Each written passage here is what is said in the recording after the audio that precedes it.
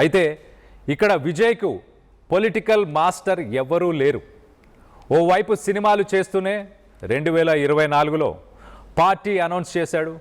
ఇక ఆనాటి నుంచి అధికార డిఎంకేకు ఇటు టార్గెట్ అయిపోయాడు. ఎందుకంటే ఇటు పన్నీర్ సెల్వం, పళనిస్వామి వీరిద్దరి మధ్య విభేదాలతో అన్నా డిఎంకేకి ఆల్రెడీ చెతికెల పడిపోయింది. ఇక తనకు ప్రత్యర్థులు ఎవ్వరూ లేరన్న ధీమాతో ఉన్న సీఎం స్టాలిన్కు ఇప్పుడు విజయ్ గుదిబండగా మారిపోయాడు.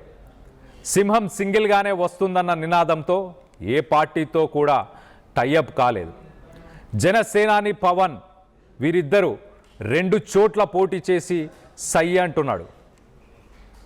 రిపీట్, జనసేనాని పవన్ లా ఇటు 2 చోట్ల పోటీ చేసి సై అంటున్నాడు. సీఎం స్టాలిన్ పక్కా నియోజకవర్గమైన ఇటు పెరంబూర్ నుంచి అలాగే తిరుచి ఈస్ట్ నుంచి బరిలోకి దిగాడు.